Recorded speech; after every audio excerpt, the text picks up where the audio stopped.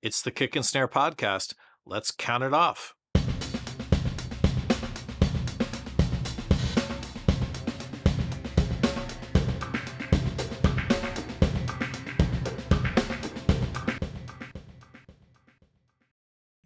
Welcome to Kick and Snare. My guest today is David Ronan. He's the founder and CEO of RoEx. And I'm here to talk to him today about his business and about Music Tech UK. Welcome. Thanks for having me, Michael. Looking forward to it. It's my pleasure. Thanks very much for joining me. This is cool for me. And as you know, when we ran into each other at NAMM back in January, I said, we need to get together and talk. So I'm excited to do this. And here we are. So I guess I'll start I think one of the descriptions I've read of the company is that RoEx is pioneering the future of audio production with AI-driven tools that make high-quality music creation accessible to all. I'm emphasizing the accessible to all because I think that's pretty cool. So as I mentioned to you earlier, and I'll make sure that our listeners know, I recently had a conversation with Matt Cartmel. He's the CEO of Music Tech UK, Music Technology UK, to say it properly. And I asked him about members of the organization that would be good for me to talk to. And he certainly mentioned you first in the list and said, you need to talk to David Ronan. And so here we are. And my goal is really to learn more about you, the business, and of course, how you interact with Music Tech UK. And here we are. Cool. So with that, I'll jump in. Perfect. Before we get into the stuff about Music Tech UK, tell us a little bit more about the RoEx mission. You know, why and how you started the company, your audiences, and what you're getting done. Yeah, I guess without going into my whole life story, I mean, I just remember when I first started making music many, many years ago.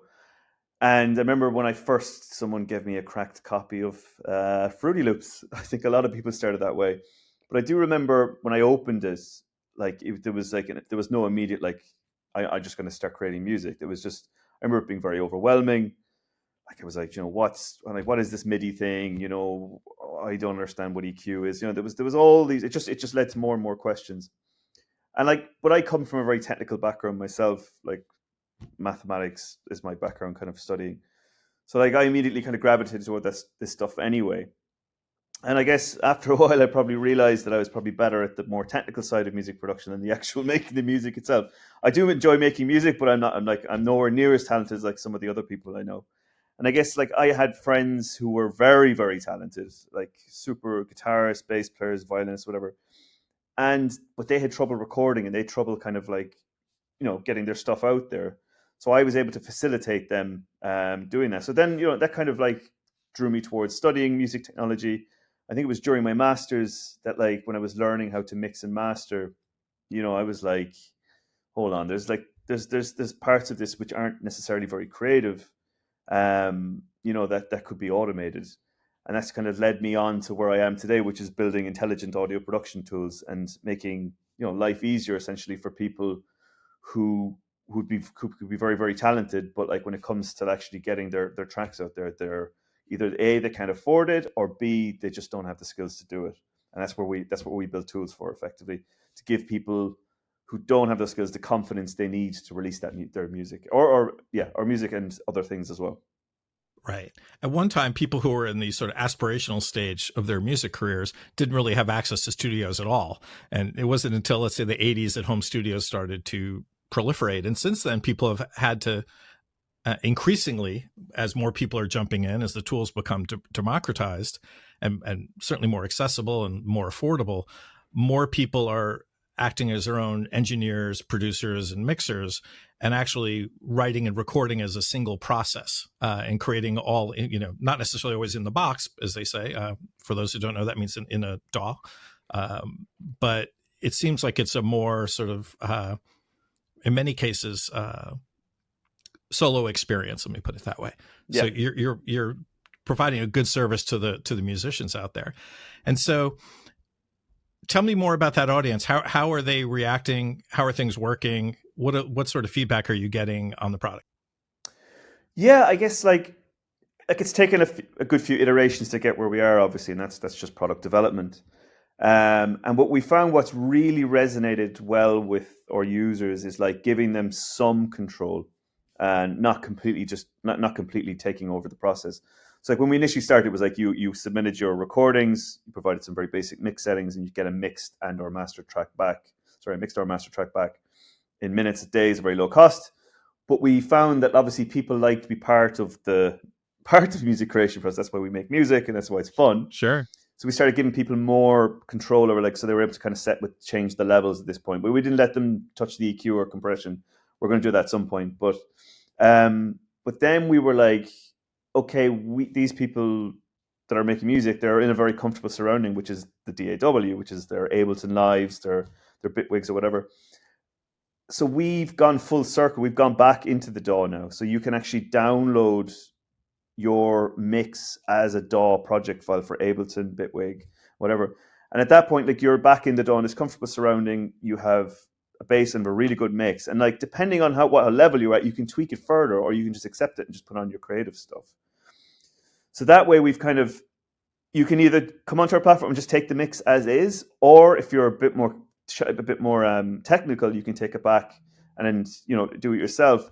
And then a bit further down the line, we're hoping to get into other DAWs so that we can actually start working with professionals, because, essentially they're the type of people who might have to do maybe 10 mixes a week or 20 mixes a week. And suddenly, because tools like these can make double their work or double the amount of tracks that get through a week. So it's been received very well, because we're the first company to bring anything to do with multi-track mixing like this to the market. And, and it is a significant hurdle for people, because, like, as I said at the start, it's like you have to learn like what EQ, compression is, panning, gain staging. I mean, like, mixing is complicated. It is. And then you have mastering as well, which is another, there's another hurdle you have to get over. So it simplifies a lot of that, and we've tried our very best to kind of keep the UI and UX not like a DAW as well, to make it like for people who, because you're familiar with how, say, an iPhone works or whatever, we've kept it very simple and intuitive, as opposed to like, and actually we did get a lot of some people push back and it's going, oh, why doesn't it look like a DAW? And it was like, but there's a reason why it doesn't look like a DAW, is because the DAW is overwhelming and complicated, unless you're comfortable with it. So yeah, I think it's been received quite well. I mean, we've got a lot of messages and support from people just saying, "Oh my God, this is the tool I've been waiting for, because this is the one I struggle with. I can't afford to hire a mix engineer, because like, if you go on Fiverr, I mean, it could be $150 per song, and suddenly you can do this at very extremely low cost, per like $5 per track. So yeah, got it. It works. It's resonated quite well, as you can imagine. Yeah, it's relatable to me. I mean, as a teenager, got a hold of a 4-track when that was sort of a rare thing to have. And while I was a drummer and played in bands, my other friends were much better musicians than I was. And so I quickly started recording other people's material and helping them make demos and things like that. And so I've learned how to use these tools over the years. And eventually, when MIDI toys started to, I shouldn't call them toys, when MIDI devices started to proliferate, I had a MIDI based studio, sync to tape and all that kind of thing. And it was complicated, but I sort of grew into it. If I had sort of walked in the door and said, I want to now build this from scratch, it would have been overwhelming, first of all. And, and over the years, like, I've realized like I like the creation process, and I think that mixing is inherently very cool, but it's also, the process is tedious, I think, in a lot of ways. And as you pointed out, there's a lot of detail to understand, from gain staging to even, tweaking simple compression you got to understand a lot, and you have to experiment a lot. And, there's a long process there for many that would be probably, which for many would probably be, overwhelming. I can see that. I certainly am happy to skip over steps at times and hire people when I can afford to, but more often than not, it's like, yeah, good enough, ship it, I mean, it's probably worth pointing out as well, like, there are two aspects of mixing as well. There's the creative side of it for sure, but there's also the corrective side, which is the legwork, Sure. And I think I just don't want to get shot for this, because it is an important distinction, because there is because we were like, oh, mixing is creative. I'm like, yes, it is. There are parts of it that are, for sure, but there are lots of parts that are just legwork. You know what I mean? It's just, they need to be done, and that's essentially where our kind of tools come in. Let you focus on the creative stuff. Yeah, it's an interesting thing. I think for a lot of people, there's the first things you do in your mix. Well, roll off all the frequencies that aren't, Yeah. present in a particular instrument or whatever. And that is legwork, possibly tedious, time consuming to do. And it's not really the most creative part. Many mix engineers know I always roll off this instrument at this frequency because there's nothing below there. I just need to go set that. Yeah. And they maybe set templates and other things because they know they do these things repeatedly. So I think it makes sense to automate some of those things for many. Yeah. So it's interesting. I imagine that among some of the audience, you might get some pushback. Is there pushback? Is there AI pushback? Are you experiencing any of that?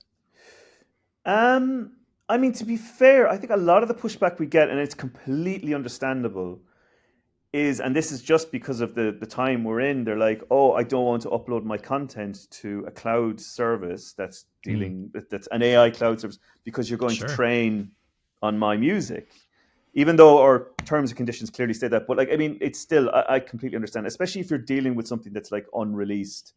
And even if you're a professional, especially, you can't be putting unreleased content. More so we get a lot of pushback on that, and I completely understand it. And that's why this year we're planning to release a version that will run on your desktop. So no audio will touch our servers, basically. Got it. And then you can be secure in the fact, the only thing we'll deal with in the cloud is like payment, account, that kind of stuff. Makes sense. But all audio will basically happen on your device. Makes sense. I think that's probably the main thing we get pushback from, to be honest.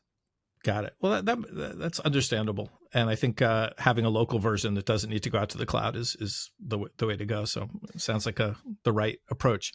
But this is it, because we're not replacing. You know what I mean? The only people this technology threatens are the yahoos on Fiverr who are charging you $150, and they're only just they're basically just they're not doing anything. They're whacking it through some isotope plugins, basically. Right. I mean, it's not. I mean, if you're this way, think of it this way. If you have been given thousands of euros, pounds, dollars, whatever, to put towards an album that you're working on because you've a label deal or whatever, you're probably not going to use our tools. You're probably going to hire. You're going to get, because this is your art and you love it so much. You're going to hire a professional because you know that they'll give it the white glove treatment. But if you can't afford that, which in many cases people don't, they're DIY artists, then you would use tools like ours. You know what I mean? Makes sense. Well, also the frequency with which people are releasing content, the cadence is different than it used to be. Yeah. You might write something, refine it, put it out over the course of a week, and you may be doing that every week. And there's nothing inherently wrong with that, or less respectable than somebody who spends years working on an album. It's just a different approach. And having tools that enable that type of process, especially these days, makes sense. And I'll explain why. Not to you, but to the audience. Because artists these days are expected to become content creators on social media and otherwise, they're busy. Yeah. And they have to be putting out things more frequently in order to stay visible and stay relevant. Yeah. And for many, that's a big strain. It's stressful to have to be an online personality with a social presence who's constantly posting and sharing personal things about their lives and putting out lots of music and putting out remixes of their music and videos of their music and lyric videos. It's a lot. And then you have to play live. That. Good point. It's a lot. Yeah, so it makes sense to have tools that can enable people who are in those cycles, which is very different than the put out an album a year with a big crew and a big studio and producer and everything else. So earlier this year, you introduced the ability to export AutoMix into the AutoMix stems back down into a DAW, if I'm saying it the right way. Yep. And so you're in Ableton Live and others. Tell me the extent to which we can now use your product within the DAW. Yes, so Ableton Live, that was the first one we did. I'm a big Ableton fan myself. I find it great for creative stuff. Bitwig Studio, Presonus Studio 1, and Steinberg. I've forgotten the name of the DAW. It's okay. Might have to Steinberg's DAW. next on the product roadmap is addressing your B2B audience. And I'd love for you to tell us a little bit more about creating APIs and what does that do help us understand what that does for the company. Yeah, I mean, that's the thing we've just done recently. Obviously, because we're a cloud-based company, everything we do is built on APIs, basically ways to communicate with servers to get your audio processed and given back to you. And we've very recently now just exposed all of those publicly.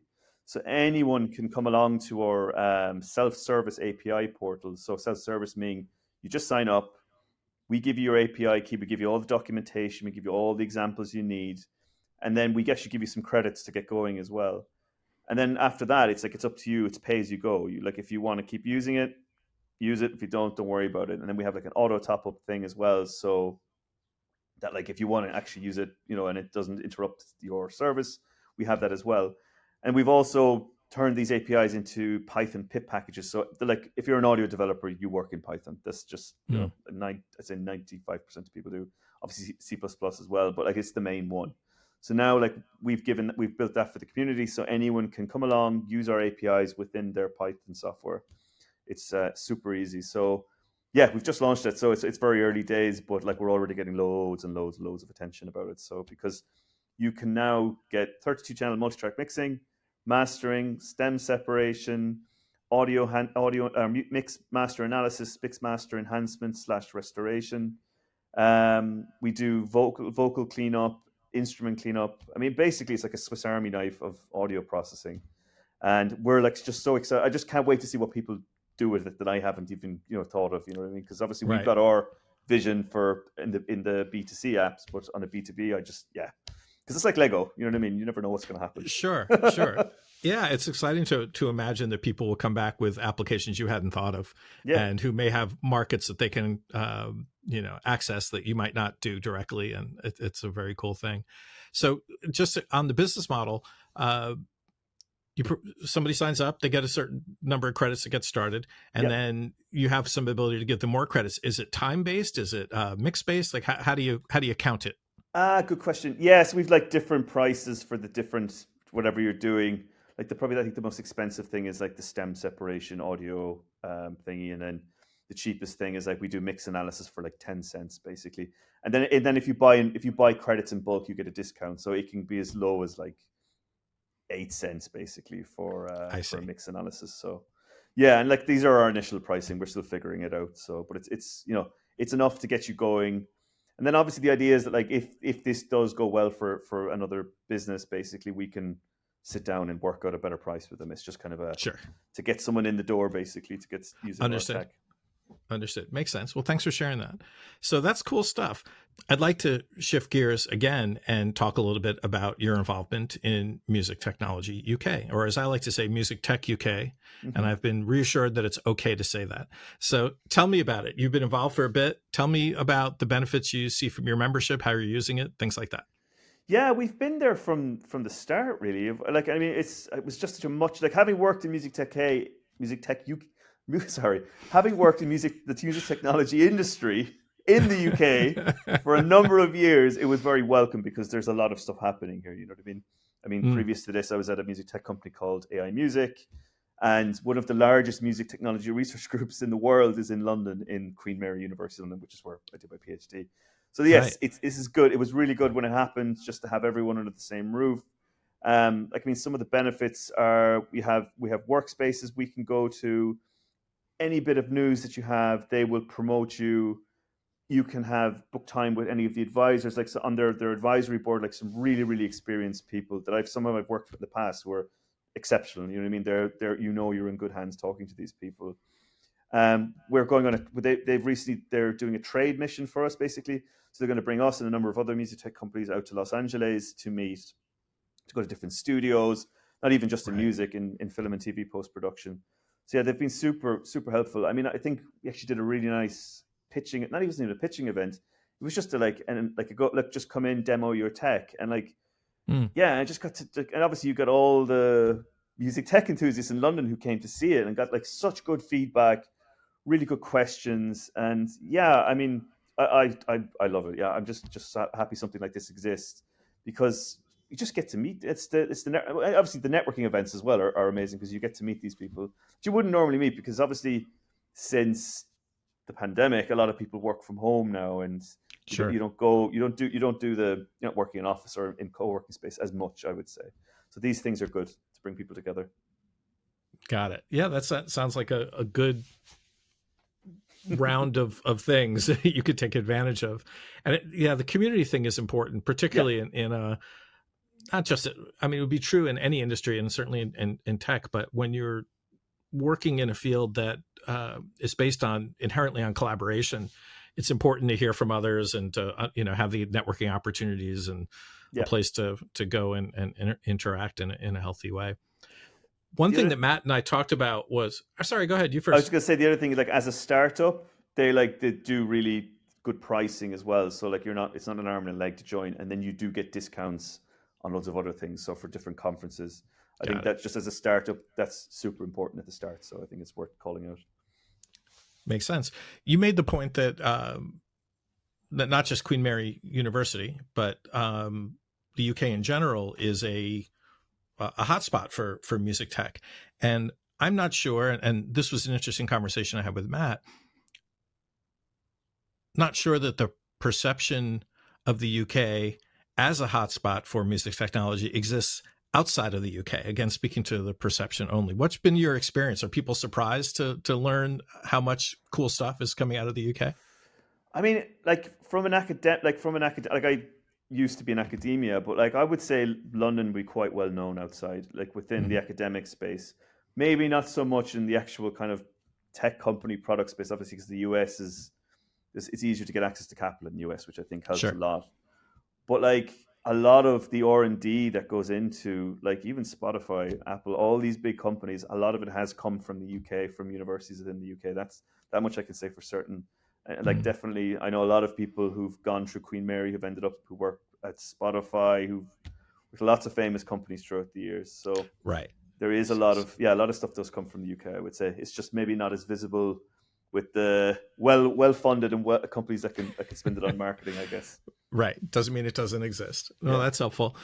I mentioned to Matt that is an old school music fan and a Beatles fan and things like that, I look back at, EMI Studios and Abbey Road as innovators. And, so there's been this, from what I can see, a parallel sort of tech community around audio and music that's always existed as the music from the UK has, grown and become influential globally. Tech has certainly been a part of that. And if it wasn't the creation of the underlying technology, at least it was the exploitation of that technology in a positive way. So to me, it seems rather intuitive. But as you point out, marketing budgets often are there to change and access to capital, change the perception of those things. So it's interesting. So let's talk about the challenges facing music and tech startups right now. I mean, you've been in this, and you've had some successes too, right? You were involved in a company that was sold to Apple, right? That was AI music. So you've been through this cycle a little bit. So tell me what you see as the key challenges. The key challenges, I would say, for music tech startups, and I'm sure a lot of people who have gone through this will say the same, is I think it's raising investments, especially in the UK. A lot of investors see music as risky, especially when it comes to if you have a need to license content, or not content, sorry, music. From say it's complicated. It's complicated. The major labels are willing to do it, but you could probably run out of cash before it gets done. So I think that doesn't help. I mean, for us, like that doesn't actually apply to us, but still, I know that from talking to other people, I think that's one of the biggest challenges. I would say generally.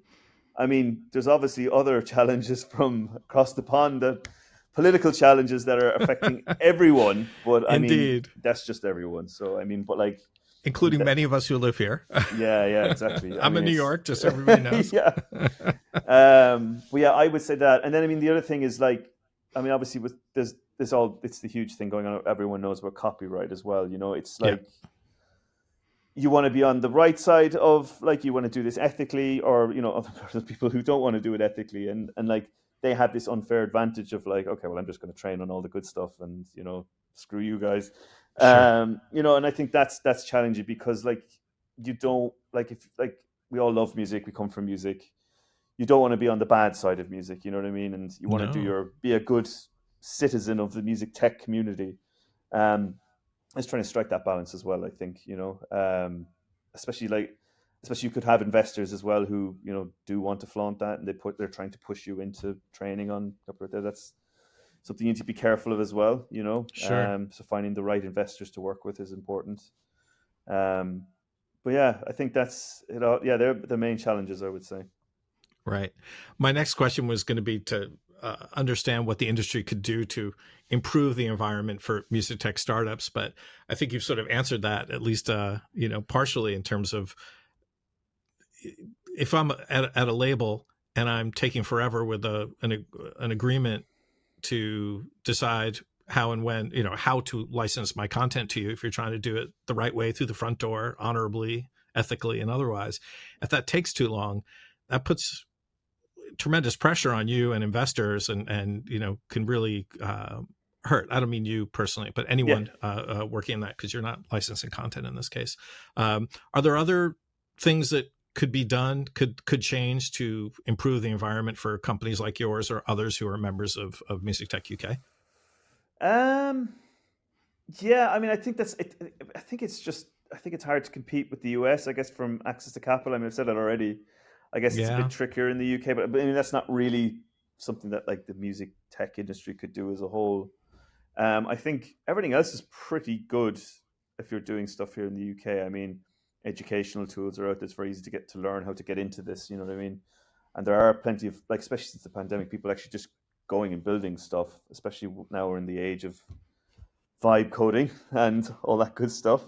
Mm-hmm. Um, no, I think it's just a case of like having the investment there to do it. I mean, to be fair, I will say one thing. Actually, Innovate UK have been fantastic in supporting UK startups, because I don't know how much money they put into it per year, but it's millions and millions, and like we've been able to tap into that twice now, and That's great. it's been really good, because it's they don't take any equity, obviously, and it's good for the economy, it's good for everyone. So that's been really, really good. But like more of that, obviously, it would be helpful. But like Understood. it's already pretty good. But yeah, more is better. That's good to hear. I Yeah. gather from other members that have also, Music Tech UK members have also taken advantage of Innovate UK, which is fantastic. So Yeah. it's good that exists. And, I'm still proud to be an American, but also frustrated by the challenges we're putting on the global environment. Let me put it that way. And at the same time, there's, we're sitting on top of the big market, and Yeah. at the end of the day, if we can't make that accessible to other countries and companies operating in other countries, ultimately, I think that we all lose. But that's as far as I will wade into politics for the sake of the live podcast. Fair enough. Fair enough. You can see where I sit on these things. I think I'm implying enough. So really nice to talk to you. My pleasure. Anything you want to share about what's next for you and the company? Yeah, I mean, like, yeah, as I said, like, next thing is like we're going to be able to run these tools locally on device, on your laptop, maybe on a phone, who knows. We're trying to figure out how to commercialize this technology where we've been working with some very famous mix engineers to learn their creative mixing style. I can't say who, but some very big names that we've been talking to, and we're very, very, very keen to interested. We already have a guinea pig as well. Oh, that's cool. Yeah, some very famous attached to the hip hop space. I would say the US hip hop space. Fantastic. Yeah. Very excited to announce that soon. And then we're expanding into film and TV post production. So that's our kind of next thing as well, because the tools we have are very applicable there. A lot of the problems are very similar. So yeah, that's kind of what's on the horizon for us, I would say. Great stuff. Well, thanks very much for joining me today. This was fun. Great. My pleasure. As I said, I was looking forward to talking to you, and this is exactly what I was hoping we'd do. And I hope you'll consider coming back for a longer conversation, because I think Definitely. we probably have more to talk about. This is yeah. a good preview. I hope we don't. What's the word? I hope we didn't do a spoiler, where we make it impossible for anybody to watch the next one. But I'll reach out to you about that, and awesome. We'll go from there. Thanks again for joining. All right, my pleasure. Talk soon. Thanks so much.